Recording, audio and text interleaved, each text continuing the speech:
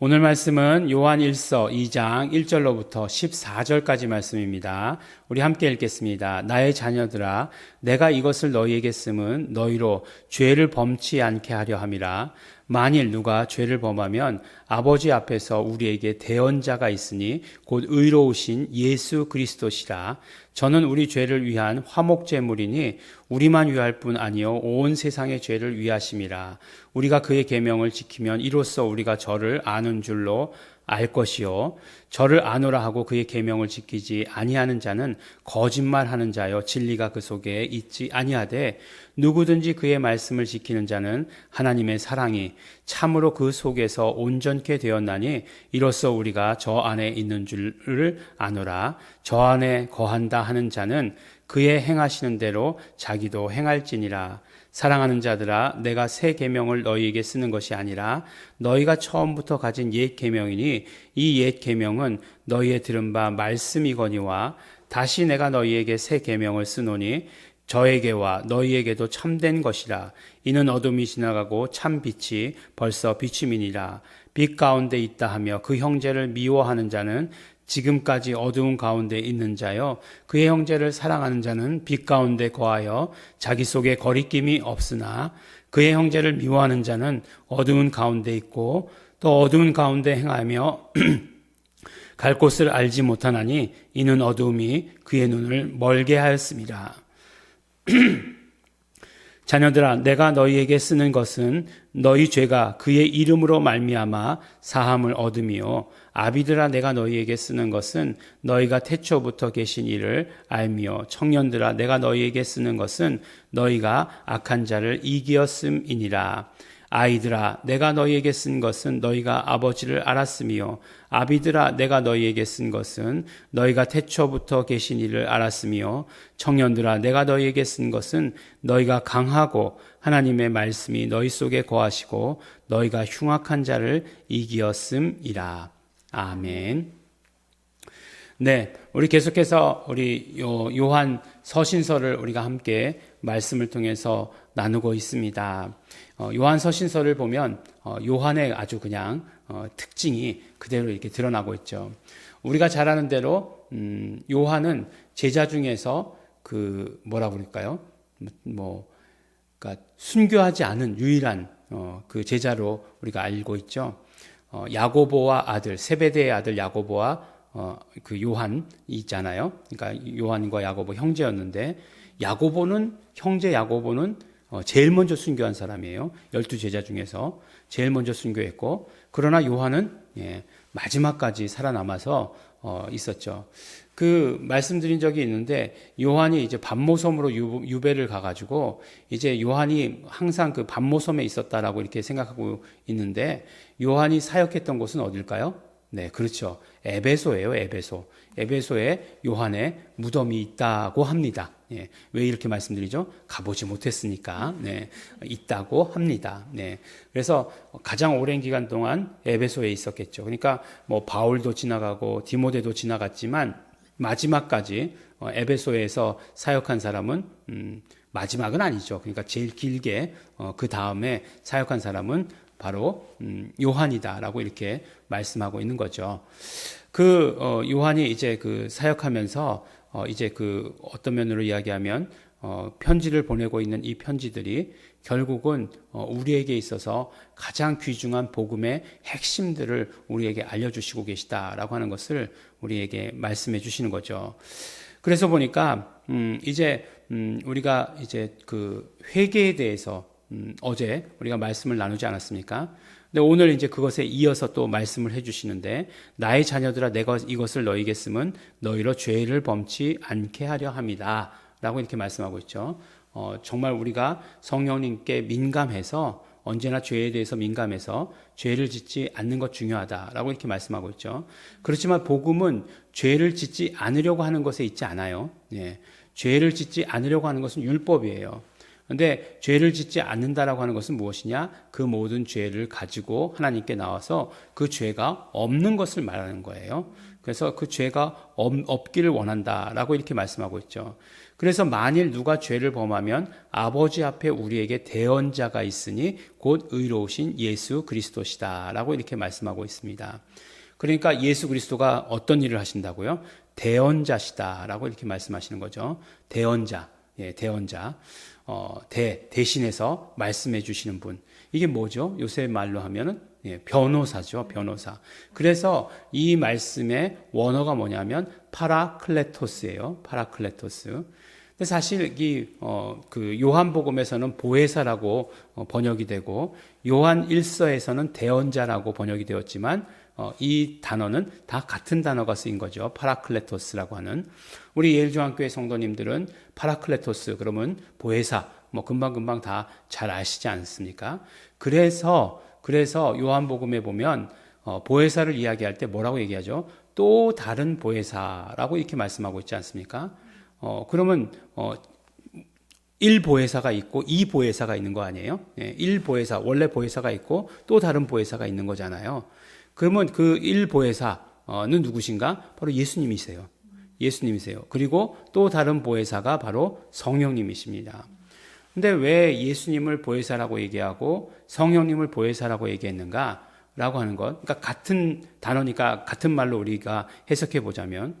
근데 너무나 재미있게도 이게 요한복음에 4번, 요한 1서에 1번, 보혜사란 말이 되게 자주 나오는 것 같지만 딱 성경이 5번밖에 나오지 않는 단어예요. 그것도 한 번은 예수님에 대해서, 한 번은 성령님에, 4번은 성령님에 대해서 나오는 거죠. 근데 왜 보혜사라고 말씀했는가가 중요하겠죠. 근데 조금 전에 말씀드린 것처럼 바로 변호자다라고 하는 그런 의미예요. 그러니까 예수 그리스도께서도 변호자시고 성령님께서도 변호자신 거예요. 근데 예수 그리스도께서는 누구를 변호하시는 분이시냐? 예수 그리스도는 우리를 변호하시는 분이세요. 예수 그리스도께서 피 흘리셔서 그것을 가지고 우리를 변호하시는 분이 바로 예수님이세요. 그러니까 우리가 죄가 있다. 근데 그 죄를 가지고 하나님께 나온다. 그러면 뭐라고 얘기합니까? 예수님께서 그 사람은 내 피로 말미암아 모든 죄가 용서받은 사람입니다. 하나님께 말씀드리는 거죠. 그러면 그래? 하나님께서 보시고 그러면 너는 죄가 없어. 라고 이렇게 말씀해 주시는 거죠. 너는 죄가 용서받았어. 라고 이렇게 말씀해 주시는 거죠. 그럼 성령님은 누구를 변호하시는 일을 하시느냐? 성령님은 우리를 변호하시는 일을 하시느냐? 아니요. 성령님은 예수를 변호하시는 일을 하신다는 거예요. 그래서 예수 그리스도를 변호하시고 예수 그리스도를 증거하시고 그 예수 그리스도의 말씀을 생각나게 하시는 분 바로 보혜사 성령님이시다라고 이렇게 말씀해 주세요. 우리 안에 내주하시면서 그러시면서 예수 그리스도를 변호하시는 것이죠. 그래서 쉽게 그렇게 얘기하잖아요. 내 안에 성령님이 와 계신지 안 와 계신지 좀 알아봐 주세요. 기도해서 알아봐 주세요. 그것처럼 어리석은 말이 없다는 거예요. 왜 그렇죠? 내가 예수를 말하는가? 이렇게 되면 그러면 그는 그 안에 성령님이 와 계신 거죠. 그렇지 않겠습니까? 성령님의 소원, 성령님의 하시는 모든 사역은 예수 그리스도를 변호하고 증거하시는 것이니까. 그래서 바로 우리 안에 내주하시는 보혜사 성령님 그리고 예수 그리스도도 대언자라고 얘기했지만 그 보혜사 다 같은 역할을 하신다라고 이렇게 말씀해 주시는 것이죠. 그래서 보면 사실은 그 복음서 가운데서도 예수 그리스도 하시는 일 가운데 성령님께서 함께 하시고 성령님께서 역사하시는 일을 예수 그리스도가 중심이 되시고 하시는 그런 정말 구분할 수 없는 두 분이 보혜사이기 때문에 둘 다 정말 그렇게 기록되어 있는 것을 우리가 이렇게 보게 되는 것입니다. 그래서 사실은 오늘은 이 한 가지만 가지고도 너무 내용이 많은데요. 나중에 보니까 자녀들아, 아비들아, 이런 건 어떤 것 같죠? 요엘 선지자의 말씀 같지 않습니까? 근데 실제로 요엘 선지자의 그 말씀들이 굉장히 영향이 컸던 것 같아요. 그래서 그 요엘 선지자의 말씀들을 인용하는 것 보면 누구죠? 베드로의 설교 가운데서도 인용하고 있고 사도 바울도 인용하고 있잖아요. 누구든지 주의 이름을 부르는 자는 구원을 얻으리라. 요엘서 2장 마지막 절 말씀이잖아요. 그 예언들을 인용하는 것들을 볼 수 있고 또 아비들은 꿈을 꿀 것이요, 청년들은 환상을 보며 자녀들은 이렇게 말씀하시는 거 있잖아요. 그것과 똑같은 형식으로 요한도 사실은 오늘 우리에게 말씀해 주시고 계시지 않습니까? 근데 또 여기도 굉장히 중요하죠. 이 말씀이 중요하죠. 뭐라고 말씀하시죠? 자녀들아, 내가 너희에게 쓰는 것은 너희 죄가 그의 이름으로 말미암아 사함을 얻으며 라고 이렇게 말씀하고 계십니다. 그러니까 우리가 예수 이름으로 구원받고 또 예수 이름으로 우리의 죄가 사함받는다라고 이렇게 말씀해 주시고 계시는 것이에요. 사도행전에도 또 베드로가 이렇게 말씀한 부분들이 있죠. 예수 이름으로 말미암아 우리의 죄가 사함받는다라고 하는 것을 우리에게 말씀해 주시고 계십니다. 그래서 우리가 물론 용서받는다고 얘기할 때는 예수 피를 의지합니다. 예수 피의 공로를 의지합니다. 이렇게 이야기하죠. 예수 보혈 능력 있도다. 예수 피 믿으오 이렇게 얘기하는데 또 우리가 그 이름 가운데서도 분명한 용서가 있다라고 하는 것을 오늘 우리에게 말씀해 주시고 계시는 것입니다. 오늘 중요한 말씀 많지만 우리 한 가지 기억하시기를 바랍니다. 예수 이름으로 우리의 죄가 용서받는다. 그리고 또 예수님은 보혜사시다. 예수님은 하나님 앞에서 우리를 변호하시는 보혜사시다 라고 하시는 것. 그러므로 죄를 마음껏 지어도 된다? 아니죠. 죄를 마음껏 지어도 되는 것 아니고 예수 그리스도께서 흘리신 모든 피로 우리의 죄가 이미 용서받았으니 우리는 이제는 정말 빛 가운데 거하려고 하는, 생명 가운데 거하려고 하는, 그러면 어떻게 된다고요? 우리에게 정말 좋은 것, 어저께 말씀 가운데는 진리와 하나님의 말씀이 우리 가운데 거하게 되는데 또 오늘 말씀 가운데 보니까 또 이제 사랑, 빛 가운데 거하는 것, 이렇게 말씀해 주시는 것을 우리 보게 됩니다. 우리 복음 안에 또 예수 그리스도 안에 거하시는 그 이름으로 날마다 용서받으시는 우리 성도 여러분 되시기를 예수 이름으로 축원합니다. 기도하겠습니다. 하나님 아버지 감사합니다. 우리에게 보혜사 또 보혜사 되시는 예수 그리스도 보내주셔서 우리의 모든 죄를 지었을 때 하나님 앞에서 우리에게 대언해 주시는 것 너무나 감사하고 고맙습니다. 날마다 그 공로를 의지합니다. 그러므로 죄를 가지고 있지 않게 하여 주시옵시고 언제나 하나님 앞에 죄를 가지고 나오는 자 될 수 있도록 용서받는 자 될 수 있도록 그러므로 언제나 깨끗하여진 자 될 수 있도록 빛 가운데 거하는 자 될 수 있도록 아버지 축복하여 주시옵소서.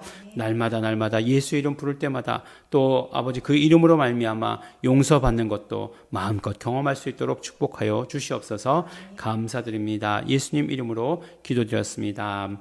아멘. 그러므로 우리 시간 기도하실 때에 우리 날마다 예수 이름으로 용서받게 하여 주시옵시고 또 예수의 피로 말미암아 우리 언제나 생명 가운데 거할 수 있도록 해주시고 회개하는 자가 누릴 수 있는 그 모든 것들 빛 가운데 거하며 말씀 가운데 거하며 진리에 행하는 그 모든 것들이 우리에게 그대로 이루어지도록 성령님 도와주시고 역사하시옵소서. 다 같이 통성으로 기도하시겠습니다.